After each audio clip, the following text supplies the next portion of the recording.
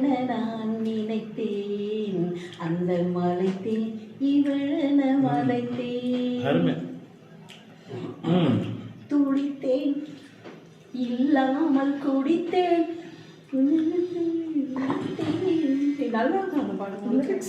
சொற்கள் எல்லாமே தேன். உங்களை நான் பார்த்தேன், சிரித்தேன், தமிழில் தேன் குடித்தேன், தமிழ் தெரியாதவனை அடித்தேன்.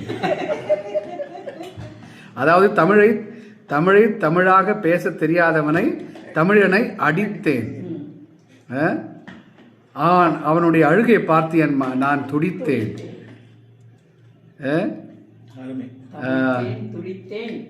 அன்பினால் அவனை கடிந்தேன், பிறகு செல்லமாய் அவன் கன்னத்தை கடித்தேன்.